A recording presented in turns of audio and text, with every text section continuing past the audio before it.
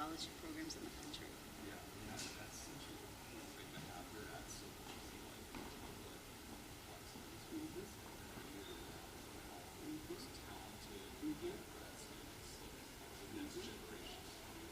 Right,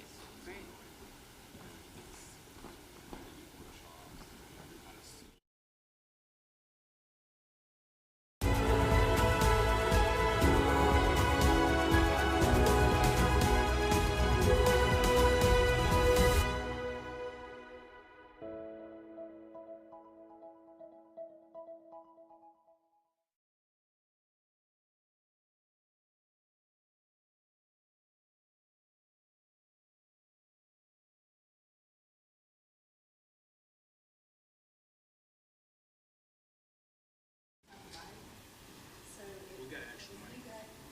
That's great, but also if it seems like a complicated question, you would just say, that question is, really, you know. Okay. Yeah. Okay. And also, everybody has to really talk to the time, Okay. to tell you, but some people wait time, Thank you, Nancy. You want to share this one, or? Oh, yeah, you know what? I'm sorry. Yeah, we got For it. some reason in my mind, I thought it was like 4 mics. Really good turnout. You never know.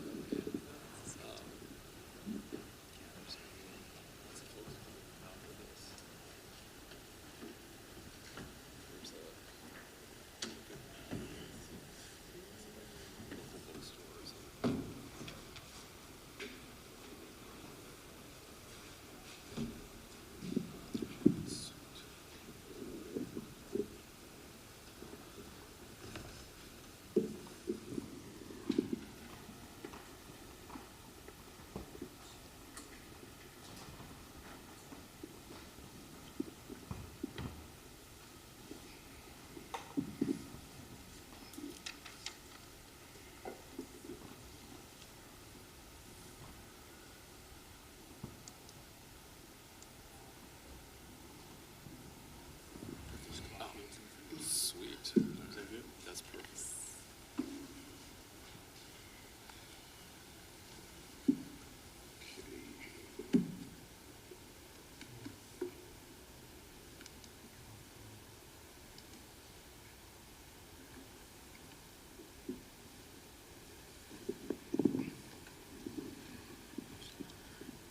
Okay.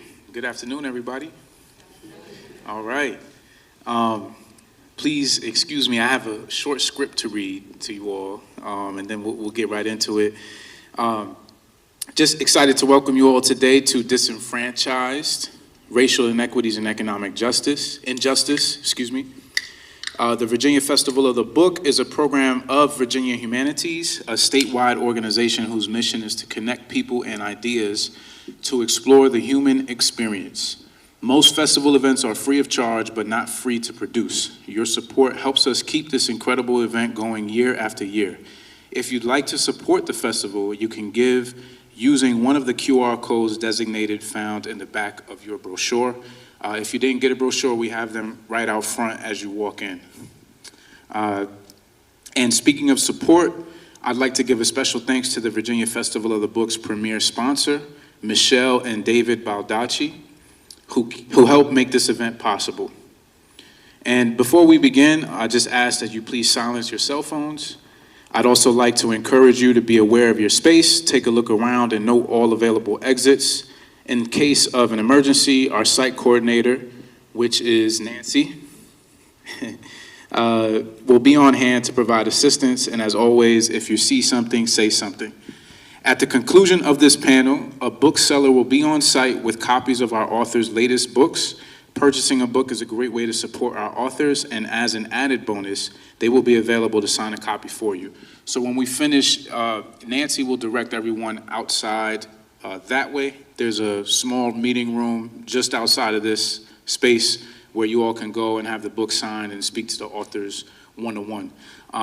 We do want to open it up afterwards, after this series of questions, to any audience questions as well, though. So you will have time to ask some questions. Just take note, and we'll make some space for that at the end of the conversation.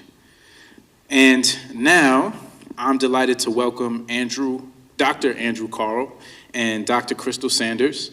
And Andrew is Professor of History and African American Studies at the University of Virginia, where he teaches courses on race and real estate in the 20th century U.S., local politics in America, and U.S. urban history. He and his family live in Charlottesville, Virginia. His latest book, The Black Tax, 150 Years of Theft, Exploitation, and Dispossession in America, exposes the hidden history of racial discrimination and structural inequality in America's tax system and tells the story of Black Americans' unheralded struggles for tax justice from Reconstruction to the present. Please give Dr. Andrew Kahrl a round of applause. And Dr. Crystal Sanders is a historian of several award-winning books about the United States in the 20th century. Her latest book, A Forgotten Migration, Black Southerners, Segregation Scholarships, and the Debt Owed to Public HBCUs, explores the long history of racial inequality in higher education through the post-baccalaureate experiences of African Americans during the Jim Crow era. Sanders is an associate professor of African American Studies at Emory University, and let's give her a warm welcome as well.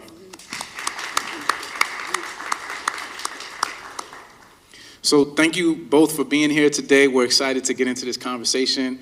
Obviously, it's a short time here. These hour-long discussions fly by. So I want to give you each an opportunity to just open up with your thoughts on the book, any pieces you may want to share, and then we can get into a little bit of dialogue. So please, Dr. Andrew Kahrl, please, you can begin. Awesome. Well, thank you all for coming out this afternoon. It's really a pleasure to be here and have a chance to say a little bit about my book, The Black Tax, which, okay. Sorry. So my book, and my book is a history of taxation in America, specifically local taxes, the taxes that are used to pay for goods and services that local governments provide, like public schools, public safety, streets and sidewalks, waters and sewers, libraries and parks. These make up 1/4 of all revenue collected in America, public revenue collected in America, and previously much more. And it looks at how these local taxes have been administered, how tax payments have been enforced, and how the revenues are spent. And crucially, my book looks at this history from the perspective of Black Americans and their experiences as taxpayers. And from that vantage, it reveals these previously hidden instruments of power and tools of bureaucratic racism and structural forces that have fueled inequality and undermined Black struggles for freedom at every turn. And so let me just kind of cut to the chase and give you some of the kind of big screaming headlines that kind of come out of my study. One is, since the end of Reconstruction, the land and homes that African Americans have owned in the neighborhoods where they have lived have been consistently overtaxed by local governments. This was the case in the rural South at the turn of the 20th century. It was the case in northern cities during the Great Migration era, and it remains the case today. The reasons have changed, and I explain those throughout the book, but the results have been the same. Second, for all the taxes they've paid, Black Americans have been grossly underserved when it comes to the public goods and services that local tax dollars support. Segregated Black schools in the Jim Crow South were notoriously underfunded, as are predominantly Black school districts today. Throughout the 20th century, Black neighborhoods were the last to receive paved streets, water mains, and sewers. Theirs were the last roads to be plowed after it snowed, the last to receive all manner of civic improvements. And the full cost of this neglect was profound, measured not just in educations denied, health that was compromised or degraded living environments, but also in lives that were needlessly lost. Third, Black Americans, especially the elderly and the poor, have been susceptible to falling delinquent on their property taxes and victimized by tax delinquency laws that in many states allow private investors to purchase tax debts and profit from charging exorbitant interest and rates, and take people's homes and land if they don't pay. Countless Black families have had their land stolen from them through fraudulent tax sales. Many more had to pay crippling financial penalties in order to save their property from foreclosure. And these payments, in turn, enriched a class of investors known as tax buyers, who today constitute a multi-billion-dollar industry with deep ties to Wall Street hedge funds and private equity. Now, all this combined has resulted in massive amounts of land, homes, and wealth lost over the past 150 years. By the most conservative estimate, we're talking about no less than $600 billion in the century and a half since the end of Reconstruction. And my book shows kind of how these local tax systems are structured and the ways that they are vulnerable to manipulation by local tax assessors and how they're sort of prone to inequitable results. And I tell this history not through charts, graphs, and tables or dry recitations of laws and statutes, the kind that you would expect to find in a book about taxes, but rather I tell it through the stories of people and places. Really one of the goals I had in writing this book was to bring these structural forces out of the shadows and get us to see them in the light of day. And the way to do that, I believe, is to bring that history down to the human level, to demystify the world of taxation and public spending by not keeping it confined to the realm of experts, but rather connecting it to the world around us. Throughout, there's stories of people who have suffered injustices that are so horrific that you'll want to throw the book against the wall. And in fact, some have told me they've done just that when reading it. But that's not, I want to, in this history of demanding their fair share of public goods and services and ultimately working to protect their land and home from predation and dispossession. And my book really shows in total how, because of these experiences, Black people have been at the forefront of broader struggles for tax justice throughout American history, fighting for tax relief for the poor and disadvantaged, fighting to make the wealthy pay their fair share, and fighting to reinvest in the public institutions and services that are vital to a healthy democracy. And this is a history that has much to teach us today, especially in this moment. So I'll just sort of stop there, and I sort of welcome the conversation to conclude. Excellent. Yeah, Dr. Sanders, please share. Sure. Good afternoon. Thank you all for coming to join Andrew and I in a conversation about our latest books. I want to begin with the story. As a historian, I see myself as a storyteller. In June of 1948, Christine King, who was the older sister of Martin Luther King Jr., had much to celebrate. She graduated from Spelman College at the top of her class, majoring in economics, following in the footsteps of her mother, her grandmother, and her great-grandmother, who'd all attended Spelman College. Christine King decided that she wanted a master's degree in economics, but the only problem was that there was not a single public Black college in the state of Georgia that offered graduate study. The only institution in the state that offered a master's degree program in economics was at the University of Georgia.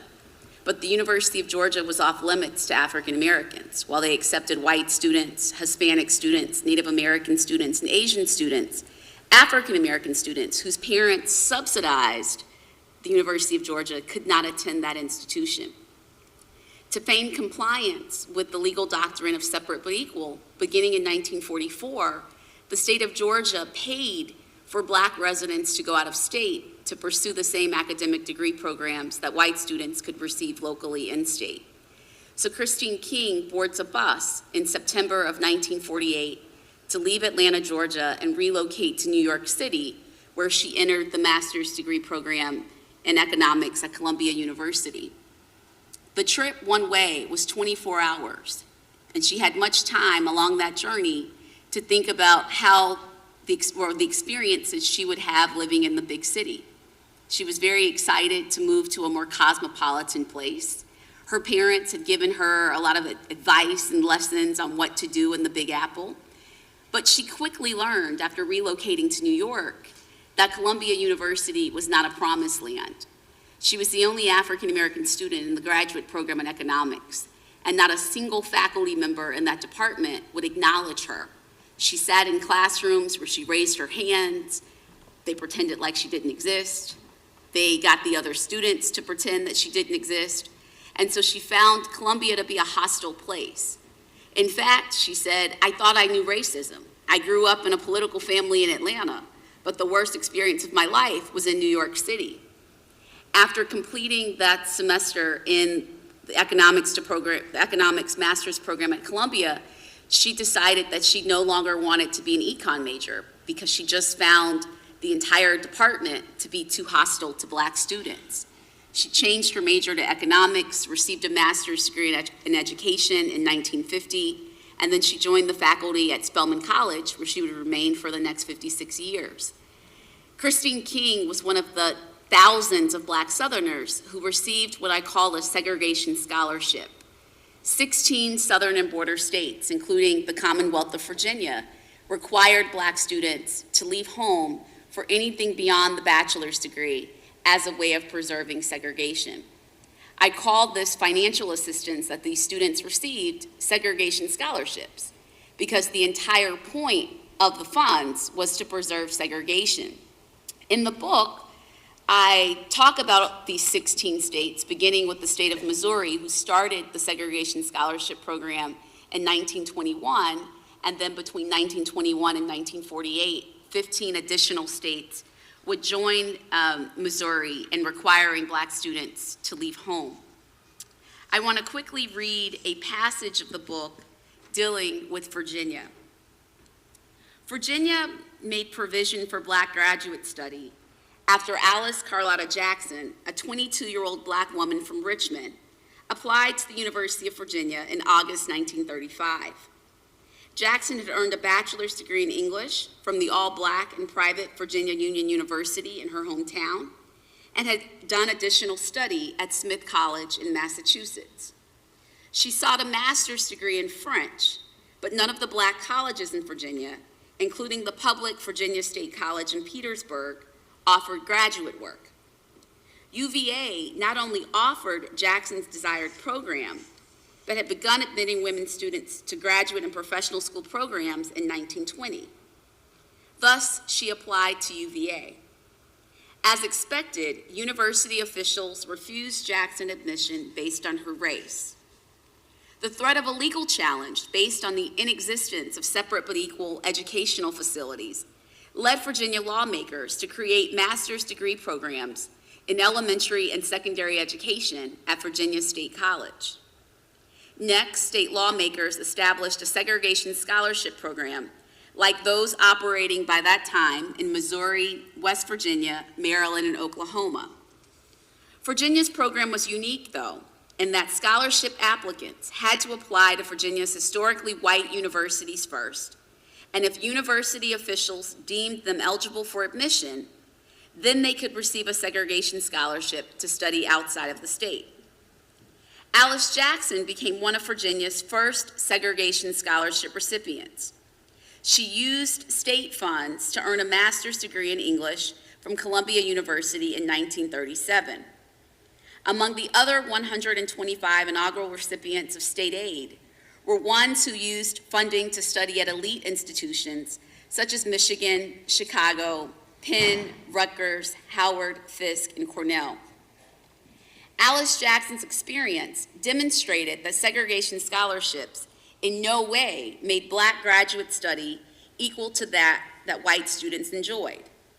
She received $61.48 from Virginia to offset expenses incurred during her summer term at Columbia. The amount covered only 20% of her expenses to live and study in New York. Things did not improve during the regular academic term.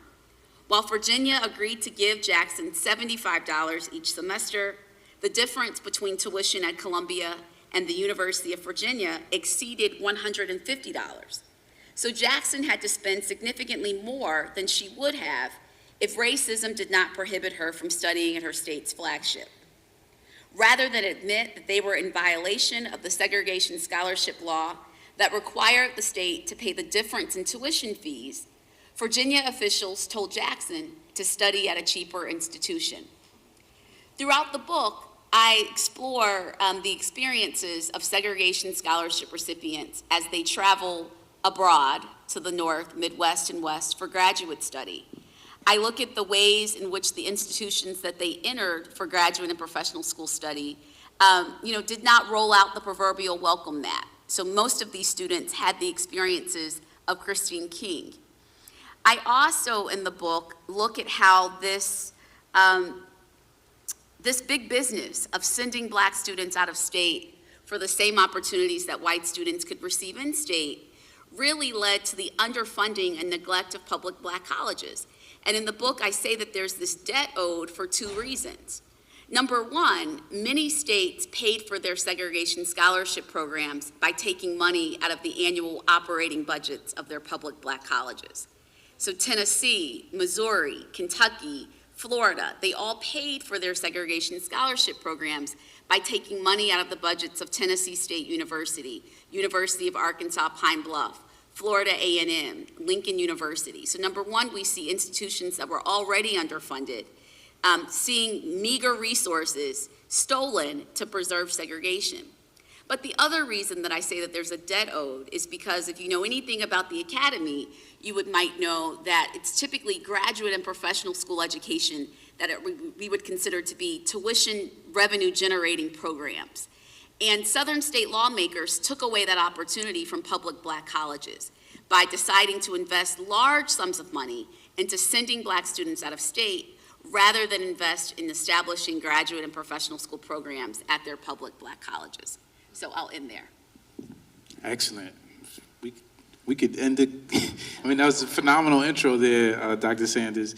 I want to follow up with a question to Dr. Sanders, and I'll get back to you, Dr. Kahrl. So there's so many ways to, I guess, go into this, right? A lot of the rhetoric that we hear right now is that, DEI programs, opportunities that somehow advantage people from underrepresented backgrounds are no longer needed because the scales have been balanced, and that a lot of the things that, in a way were against us at one point in time are things of the past, that they're not necessarily that overt nowadays, right? I mean, this is some of the rhetoric that we hear in the news and the media and so forth, and in the political spectrum. So to that point, why did you feel the need to elevate these stories now? What was your sort of motivation for writing this book, and how do you feel it ties into what's going on right now?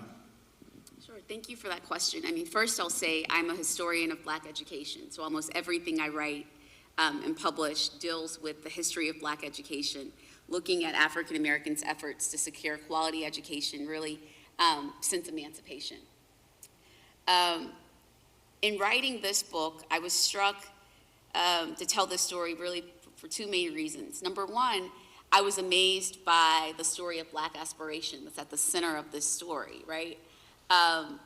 These are African Americans who are,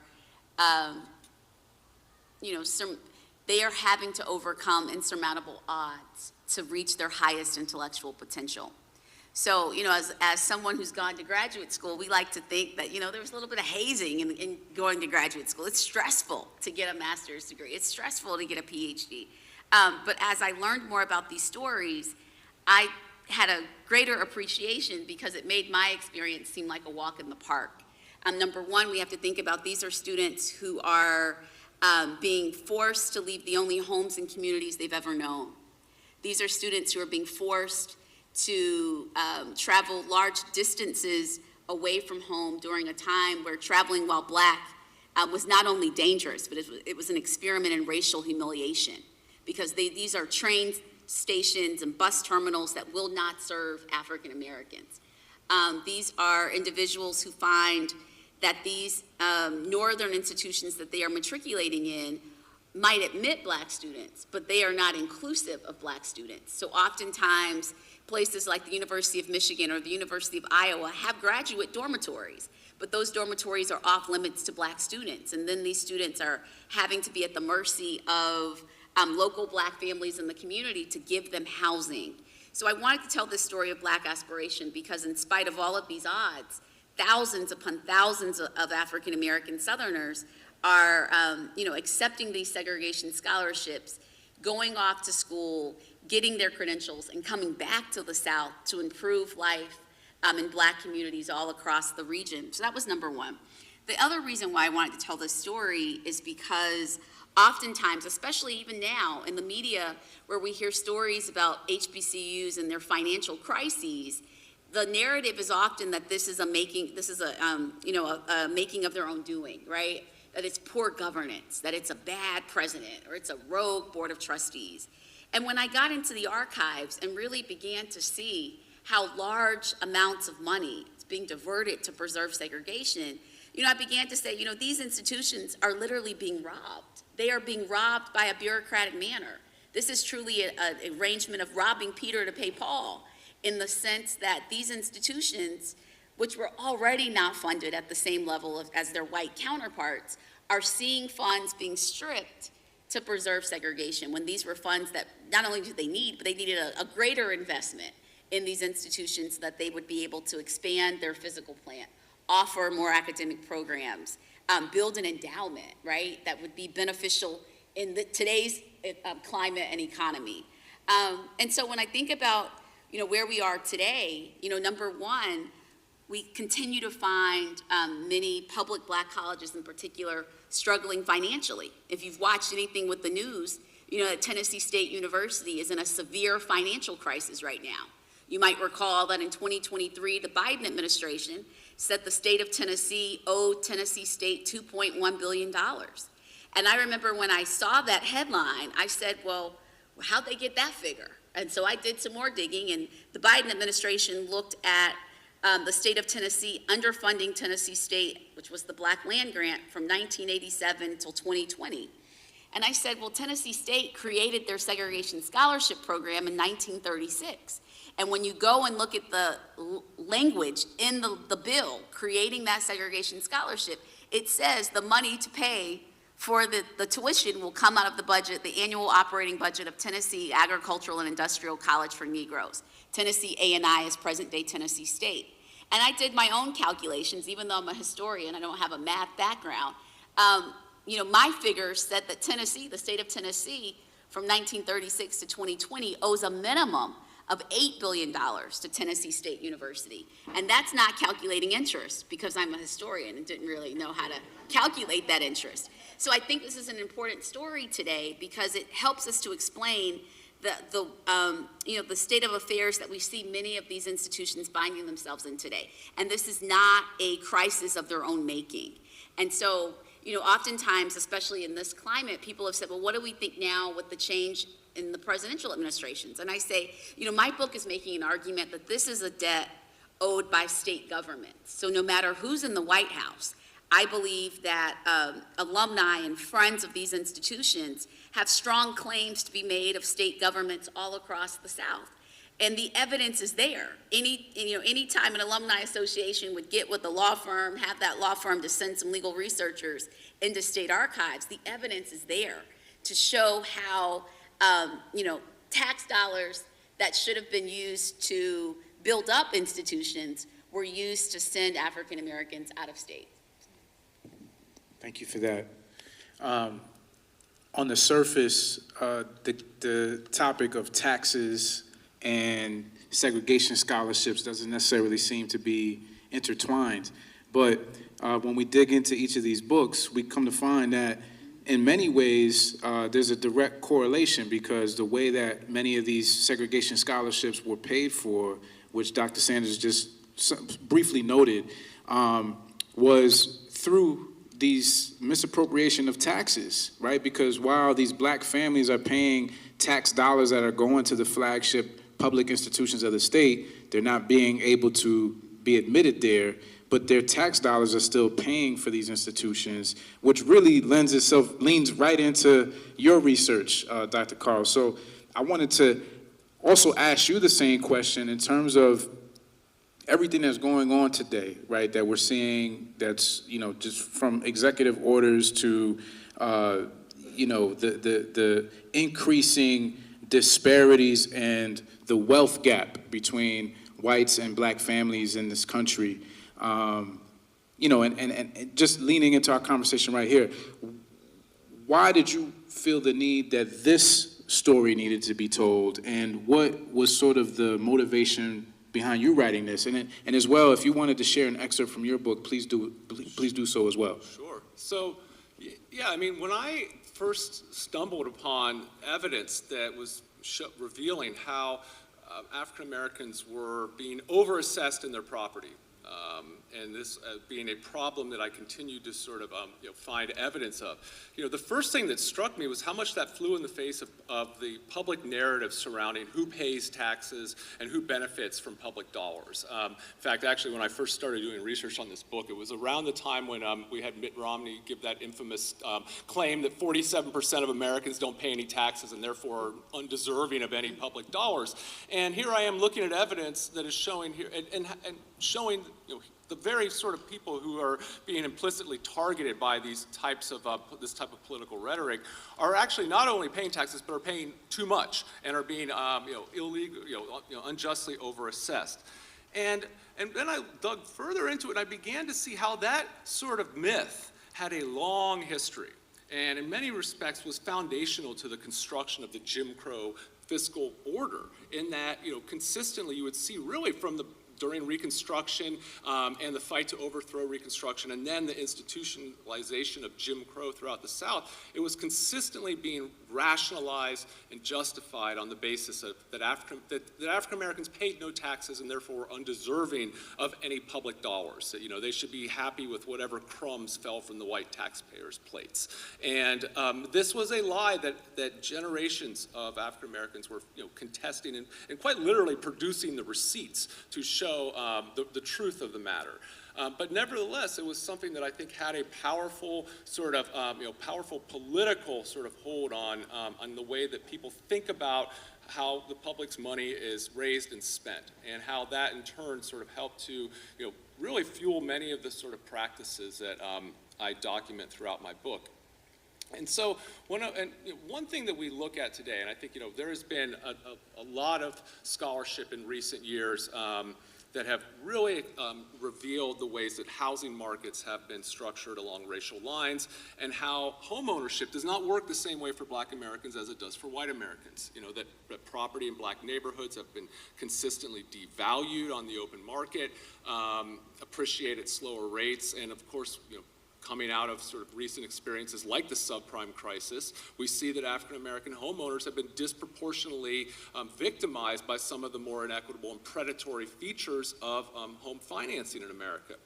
And and so here I am sort of seeing these examples here of not just that neighborhoods and homes are being devalued on the open market, that they're receiving lower appraisals, but at the same time they are receiving higher assessments when it comes to tax payments, and how those two are mutually reinforcing and working to drive down neighborhoods, deteriorating housing market conditions, and then giving rise to these types of circumstances where you have homeowners who are more vulnerable to maybe falling behind on their property taxes, and once they do, they slip into this fall into these traps that are being laid by those who profit from those financial circumstances. And so there's, again, we see a history of how in housing markets, it's not just the unequal benefits of home ownership, but that African Americans have been the victims of contract sales, subprime mortgages, as I mentioned. And here as well, this whole tax lien industry, this industry that quite literally just accumulates its wealth and profits off of financially distressed homeowners, is one that has disproportionately affected Black neighborhoods and has drained these very same communities of wealth. And so it really, again, and one thing I stress at the beginning and at the conclusion of my book is this is a history, but this is an unfinished history. These problems are still with us today. In fact, there was a study that came out in 2020 that found that nationwide, Black and Latino neighborhoods are overassessed when it comes to taxes by an average of 10 to 12%. So that right there is evidence that these are structural features of America's tax system that remain very much in place today and are still doing the damage that they were throughout the times that I'm writing in this book. And similarly with tax delinquency sales, this remains a practice that local governments around the country utilize even more aggressively now in this era of austerity. And one of the things, again, speaking directly to the sort of political moment we're in right now, one of the things I sort of trace in the second half of my book is how, really beginning in the 1980s, when you started to see massive cuts at the federal level to state and local governments, during the Reagan administration, really severe cuts to the revenue sharing that would often, come down to local governments. One of the consequences of that, as local governments were much more reliant upon their own revenue sources to provide the vital needs that local communities come to expect from their at the local level, one of the consequences, it actually exacerbated these very problems. It made local tax assessors more prone to over-assessing low-income and black neighborhoods. It made local treasurer's offices more aggressive in collecting delinquent tax bills and showing no showing no regard for people who fell behind on their taxes because of financial constraints or circumstances. And this has had devastating effects that continue to and perhaps threaten to even get worse as we continue to see revenue being sucked out of governments, and then in turn they lead to these types of predatory practices. So I think one thing I think we should all be very attentive to the powers that local governments wield, these administrative powers that sometimes are actually more important than the laws themselves in terms of the outcomes, and really mindful of what are the downstream consequences when you start to really, impose austerity at the federal level down to the state and local level. So I guess, yeah, sure. So I guess one thing I wanted to kind of stress again was how my book, while it talks about these structures and how the structure was built and what it meant to live inside of it, I really try to bring taxes down to the human level, and do so by really showing in some ways how generations of African Americans were themselves uncovering these problems and taking direct action to combat them. And so one of my favorite stories in the book that I tell is of the first African American who was elected tax assessor in Mississippi. This was a man, Evan Doss, who ran for tax assessor in Claiborne County, Mississippi in 1971, becoming the first person to occupy this office in the state's history. And he ran for office on this, vowing to African American residents that he would correct these inequities, that folks had a real clear sense that there was something, there's something fishy about the ways that their tax bills seemed to be exorbitantly high, but they didn't have the power to actually change this until they actually did so through the political process.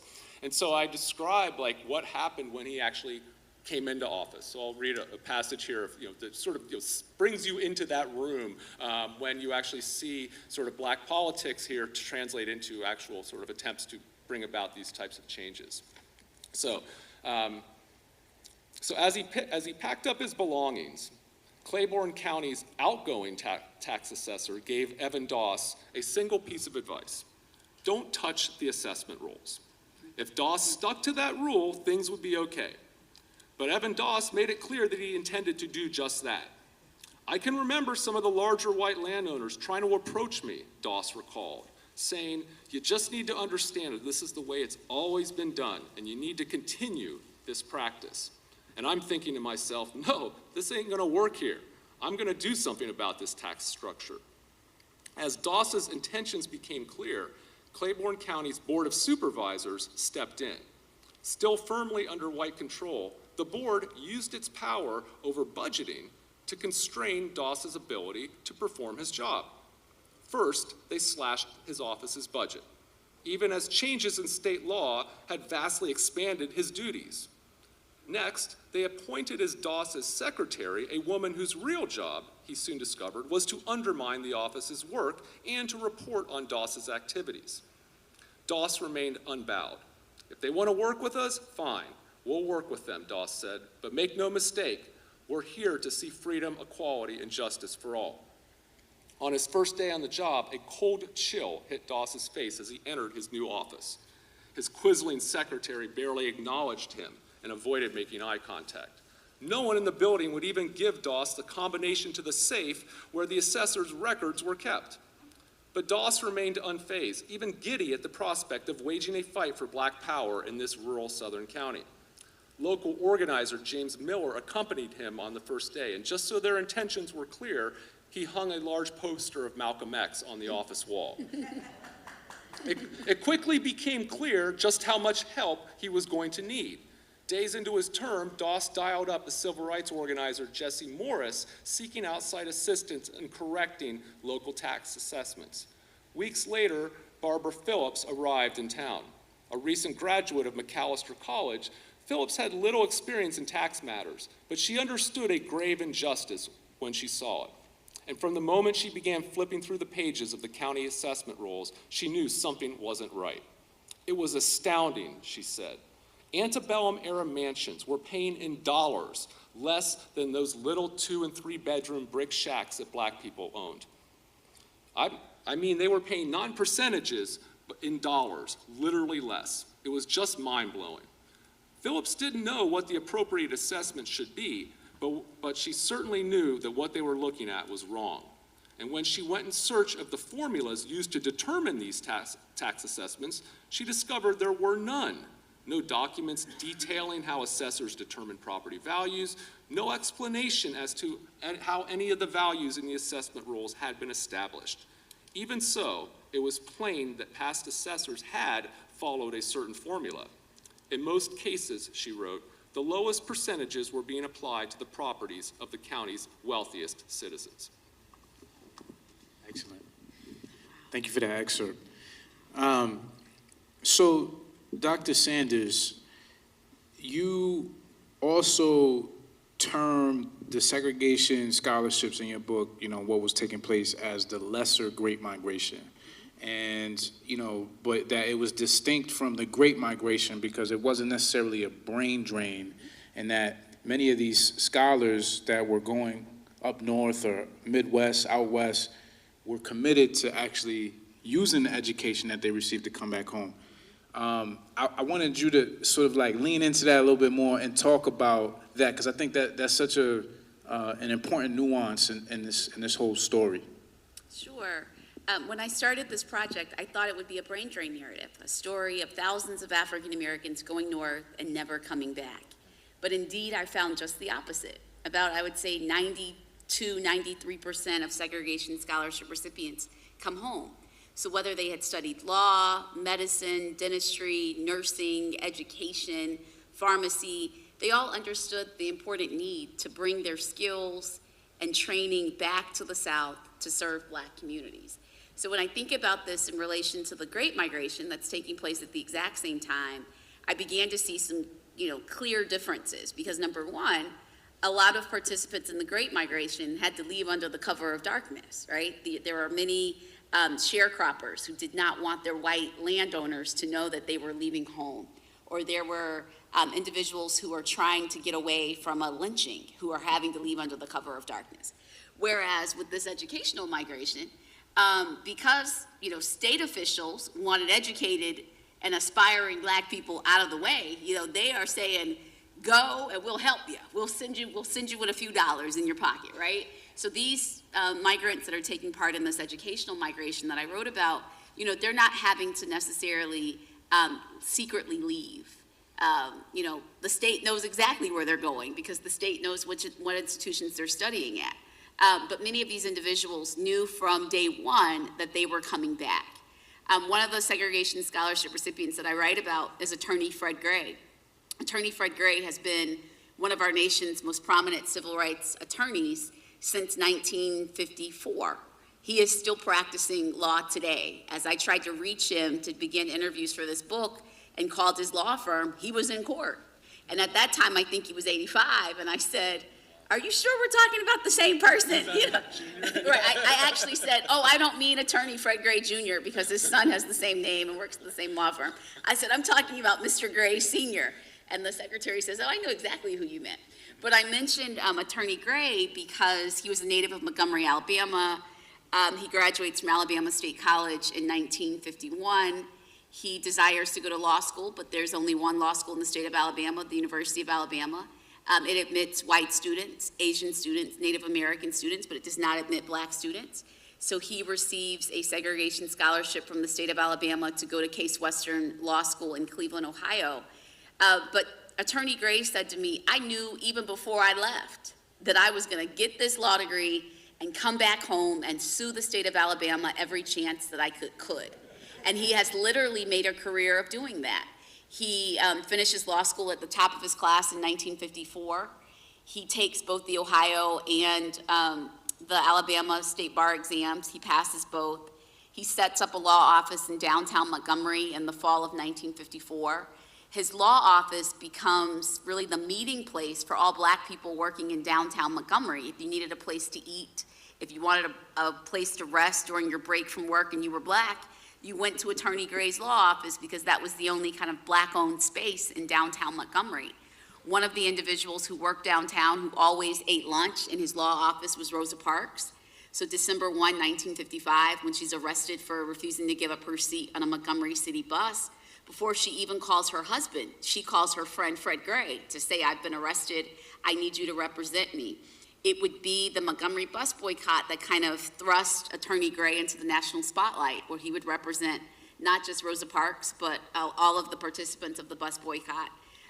He would go on to represent the men and their families who were survivors of the Tuskegee syphilis experiment. It would be Attorney Fred Gray who would desegregate every institution of higher education in the state of Alabama. He would desegregate 104 of the 121 school districts in the state of Alabama. And he's just one person, one among thousands of segregation scholarship recipients who practice what I call intellectual warfare, right? They acquire education subsidized by their southern state governments, and then they use that training and they use those skills to come back into the South to dismantle white supremacy. So, I write about Attorney Fred Gray. Here in Virginia, two notable segregation scholarship recipients would be Spotswood Robinson, who would be one of the legal architects of the Brown case. He's going to work closely with Thurgood Marshall to get that landmark victory in 1954. Another significant segregation scholarship recipient from Virginia would be Helen G. Edmonds. That's a name many people don't know, but Helen G. Edmonds was a native of Lawrenceville, Virginia. She goes to Ohio State University to pursue a PhD in history in the 1940s. When she graduates, her dissertation, which was on the Wilmington Massacre of 1898, becomes her first book. And in her account of the massacre, she essentially says, this was an armed coup of white supremacists gunning down nonviolent, unarmed African Americans. And when that book is published in 1951, the historical profession dismisses it. They say, she's not a real scholar. This isn't good scholarship. The evidence doesn't back her per claim. It would not be until 1998 that indeed the historical profession realized that Dr. Edmonds' account of the Wilmington Massacre of 1898 was the accurate account, right? Dr. Edmonds, after she graduates from Ohio State, goes to North Carolina Central University, HBCU in North Carolina, where she would help to develop the graduate program, that master's program in history at NCCU, into what is today the program that sends the most African Americans on to history PhD programs in the United States. So we can still see the fruit of her labor paying dividends today. But most of these, the overwhelming majority of these segregation scholarship recipients come back to the South. So it's in no way a brain drain narrative. Whether we're talking physicians, attorneys, educators, black public school teachers who are going north in the summers to get master's degrees, using that training to ensure that black students in educational institutions just like the one we're sitting in have the best educational experience possible. In fact, I like to say that after desegregation, when we see school districts in the South move to unitary systems, they fire many of these black teachers and principals, and these black teachers and principals had more credentials than their white counterparts, in part because many of these black teachers had used segregation scholarships, gone to places like NYU, Teachers College, Penn State, and Michigan. And so they were, really the most credentialed and well-educated educators, but they would also be the first fired. So we can see that in this process of desegregation, school districts got rid of their most highly trained educators. Thank you for that. And for the audience, here in Virginia, the segregation scholarship sort of legislation was the Doville Act. So folks, if you want to do some more research on it and how it manifested here in the Commonwealth, look into the Doville Act. Dr. Kahrl, you know, and you point to this in your book a little bit, about how some of the more pervasive structures of white supremacy that are, I would say, more known, like education, the justice system, housing, these types of things. But the inequality with taxes, you know, you say here in your book that it's as old as the fight of black freedom itself. Why is the tax inequality in this country as it relates to, you know, black families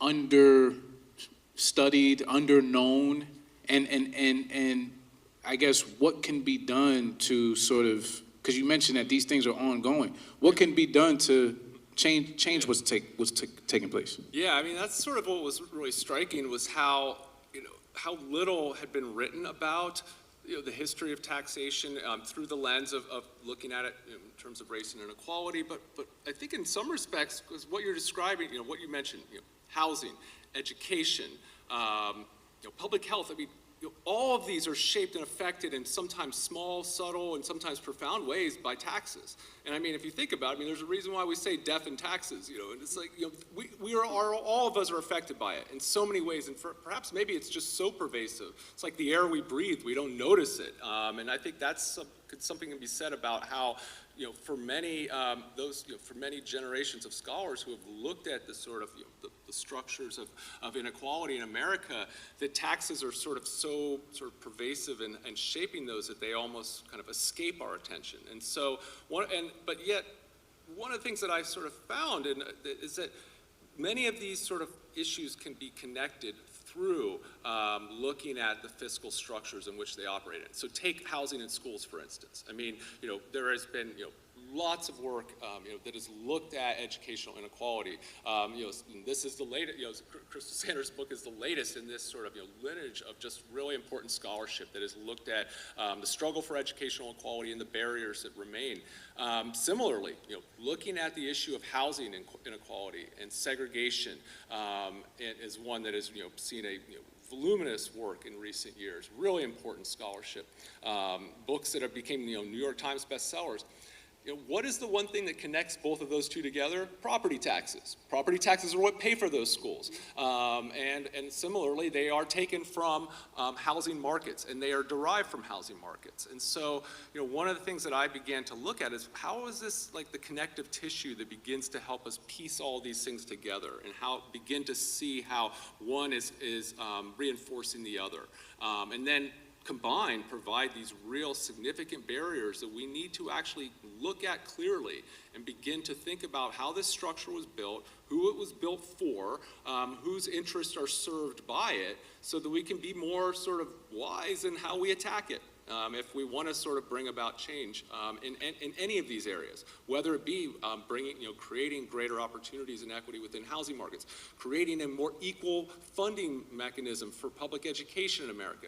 This requires like looking squarely at the fiscal structure in which we are all a part of, we are all implicated in, and all of our lives are affected by.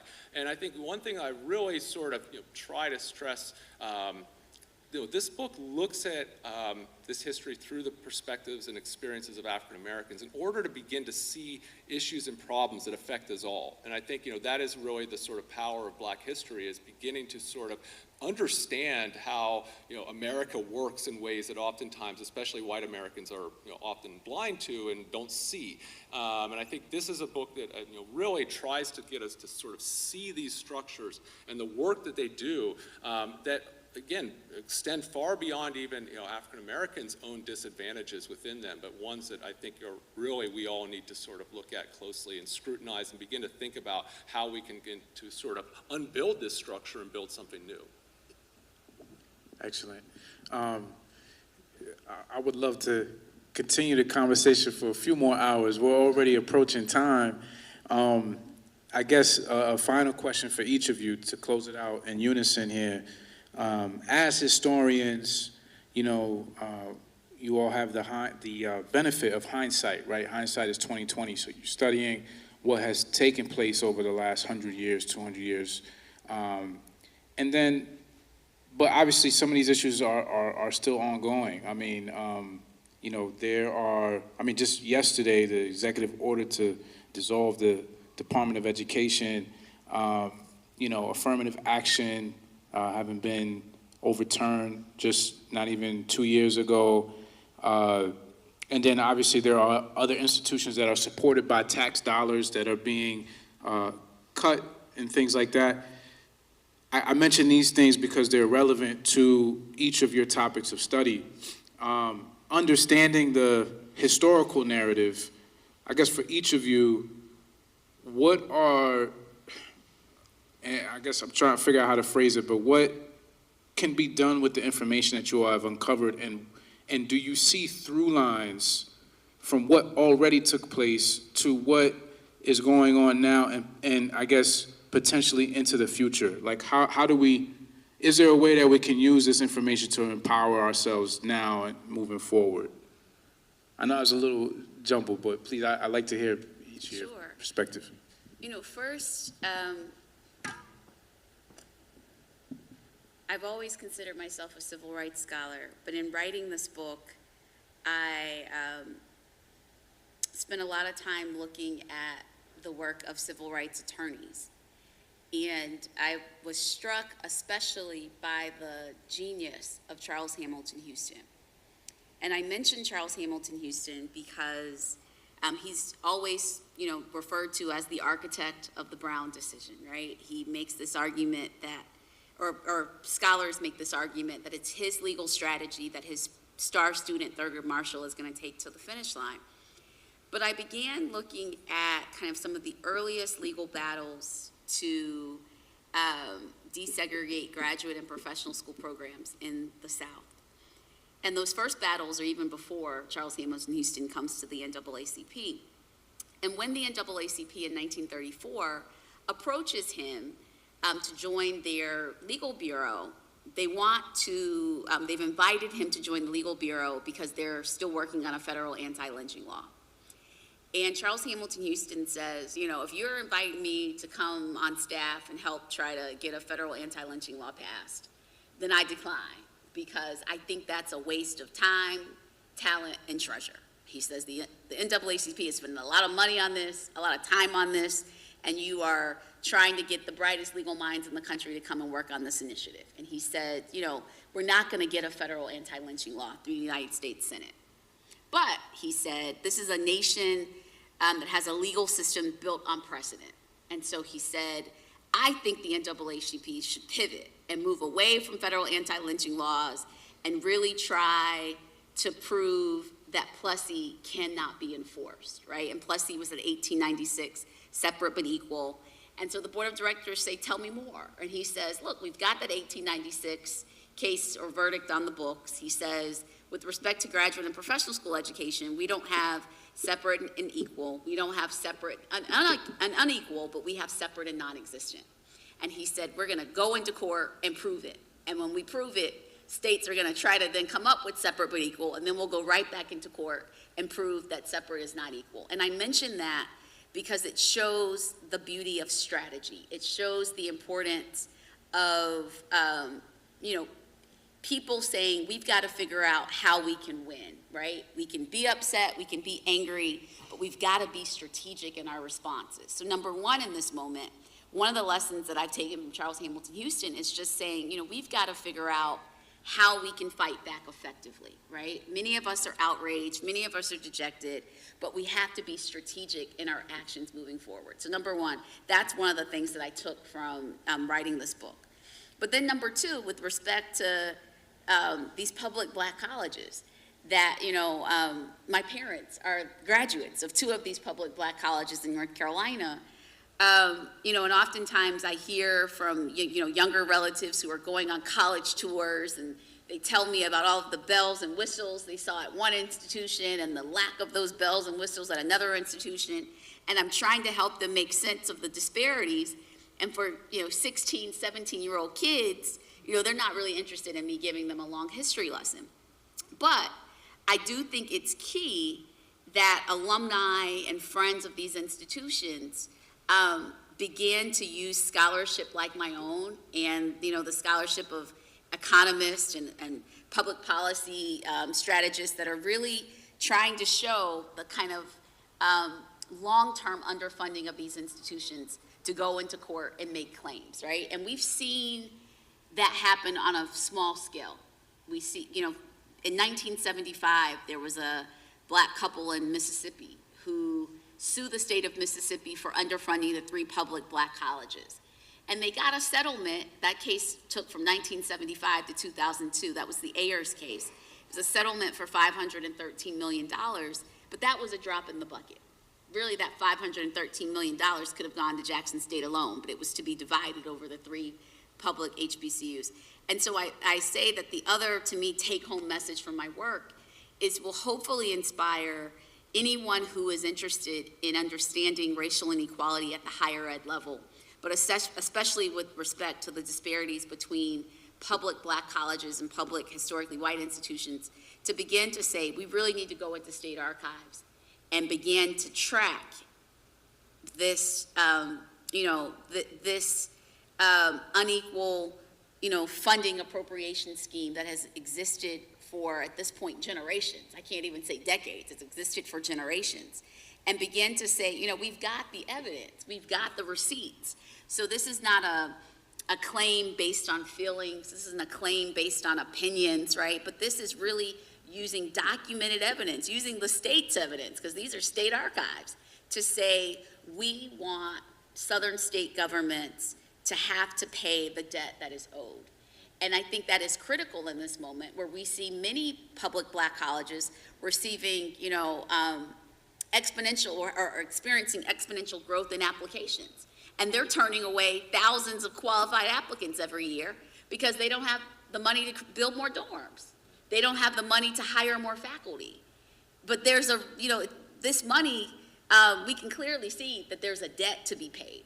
And so in this moment where we're seeing a retrenchment in terms of wanting to have all of our institutions be as diverse as possible, we need to ensure that public Black colleges have the resources they need to continue doing good work, because they've been doing good work being underfunded. What could happen if they actually receive the funds owed? So that's the other hope that I have for my own work in this moment.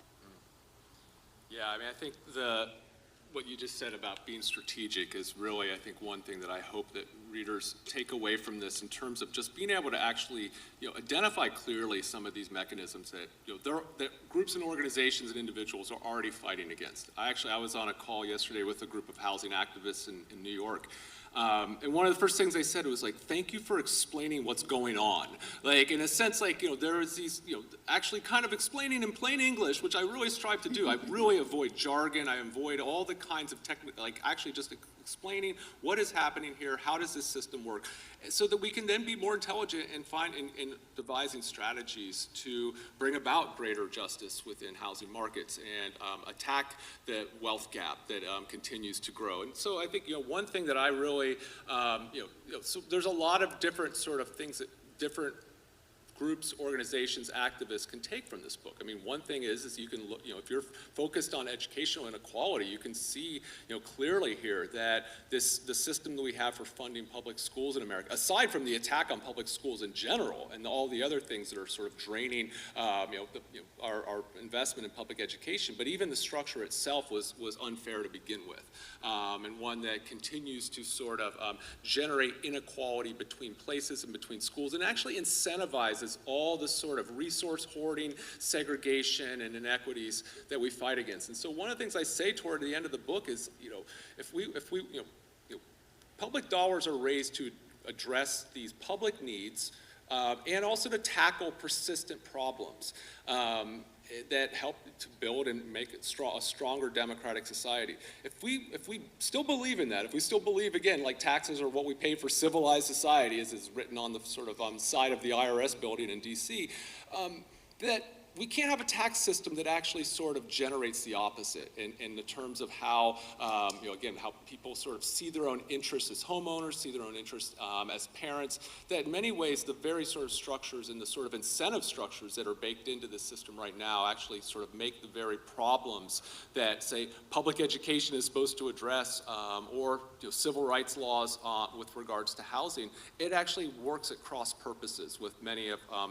broader societal goals. And so I think being able to see that, and then more specifically being able to see, like, okay, well, why is it that we continue to have these uneven assessments? Why is it that majority black cities pay at higher tax rates than wealthier ones? I mean, aside from just the imbalances in the assessment process, I mean, these are just sort of facts that are part of the sort of daily lives of the American public, and we need to kind of look at these and see, like, what is causing this and how can we do better?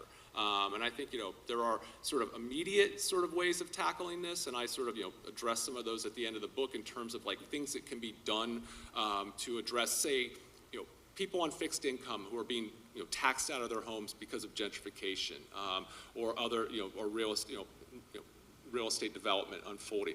There are ways you can protect those vulnerable people. There's ways you can protect people who have fallen into tax delinquency because of their own financial circumstances from the kind of jaws of this predatory industry that profits from their distress. I mean, there's things that we can do to protect those types of circumstances, but then there are the bigger sort of problems that we need to sort of think about in terms of actually sort of finding our way toward a more just system as a whole. And so I think one thing that hopefully what historians can contribute to these conversations is explaining clearly how we got here, and sort of like how is the world that we live in today, how was it made?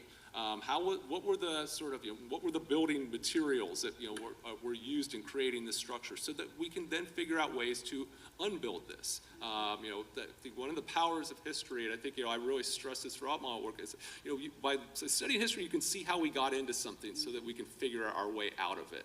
That nothing's eternal here, that nothing is sort of beyond our capacity to affect. And I think when you look sort of clearly at, in my case, the story of like the tax system that we live under today, if we can begin to see how it was made, then we can begin to sort of be more intelligent in how we tackle it. And so I think hopefully that's something that readers can take away from this.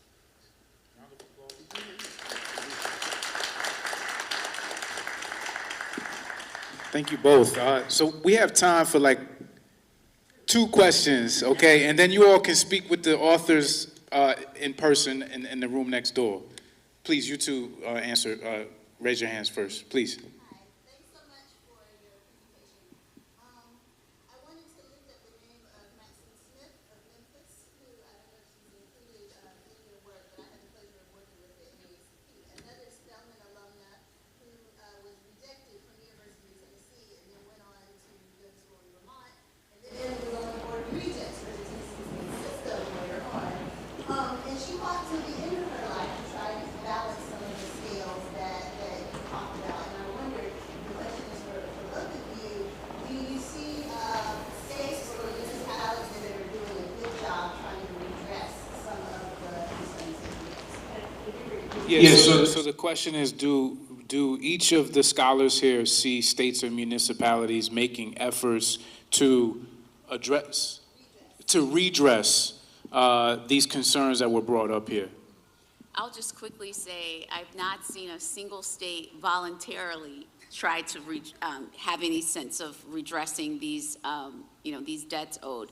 So I mentioned Mississippi earlier, 1975. That was a lawsuit brought by parents of a Jackson State student. 2016, alumni of the 4 public black colleges in Maryland banded together for a lawsuit. They got a settlement, but again, that settlement was a drop in the bucket. I do think we may see lawsuits come out of Tennessee. I predict probably Tennessee and North Carolina, maybe 2 states where we're going to see alumni try to get into court, but I haven't seen this happen voluntarily. I can say, however, that some of the northern institutions that were some of the most popular places for segregation scholarship recipients to attend have begun to contend with that history of being complicit in the system. So Teachers College, Columbia University, and the University of Michigan have begun to look at what role they played in, colluding with southern state governments to preserve segregation in the South. I mean, one of the sort of more promising developments that I've seen in recent years is just greater attention to these often obscure local offices that in many places, not in Virginia, but in many places are elected offices. Tax assessors in many places, again, they are elected officials, but they oftentimes run unopposed. They hold onto their offices for decades sometimes and are able to sort of operate in the shadows in ways that allow for these types of inequities to persist. And when it is brought to the public's attention, you begin to see, when you actually begin to see what is happening, then you actually see more political engagement at the local level. And just to give one example, I talked briefly at the end of my book, is what happened in Chicago in 2017, where it was revealed in this large investigative story in the Chicago Tribune that the county tax assessor was once, continuing to overassess black and brown neighborhoods while grossly undervaluing the wealthiest property, in the city.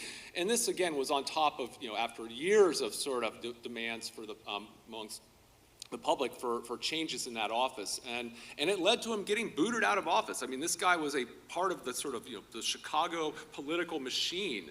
It was a pretty significant upset, and the person who came in there with a mandate for reform, and he's been pushing through reforms at the very least to correct the overassessment of low-income and minority neighborhoods in the city, while also pushing for the wealthiest properties to pay their fair share. But I mean, this again is something where we all could sort of we'd all benefit from sort of greater attentiveness toward local politics and to the powers that local offices have, at least to begin to get this sort of ball rolling and the conversations that we need to have about these problems initiated. Young lady in the back. So I'm a gender studies minor, so gender is always kind of in the back of my mind. This question is more directed towards Dr. Sanders.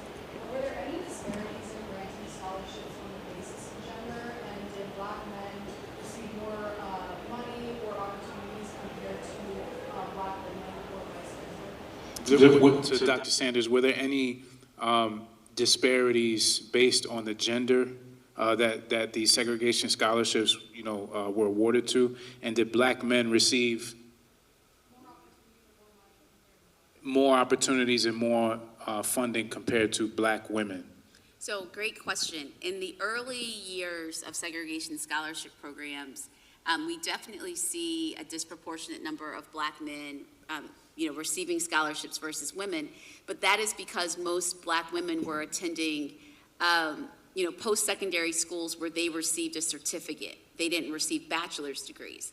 And so going on to graduate school, you needed a bachelor's degree.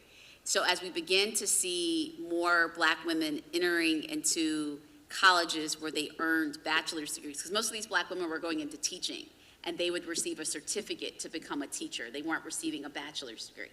So then they couldn't go on to graduate school. But by the early 1940s, you see more Black women matriculating at four-year institutions where they're earning bachelor's degrees. And so then there's greater parity between men and women receiving segregation scholarships. So, there were always numbers. There were students, coming from places like Spelman College who did graduate with bachelor's degrees and then could go on straight into graduate programs. But many of these Black women in the South were public school teachers, and they would receive a certificate, typically a 2-year certificate that allowed them to teach in the public schools. Excellent. Again, another round of applause for our authors here. And before you go, we would like you to, for your feedback on this panel, there are surveys back there, and I want to direct everyone's attention to Nancy right now. Just let me take the authors into the signing room, and if you want to chat with them, you can chat in there, and then there's books to be had. You can activate yourselves. Excellent. And there is another event here, so let's please, in the next few minutes, move to the next room over here.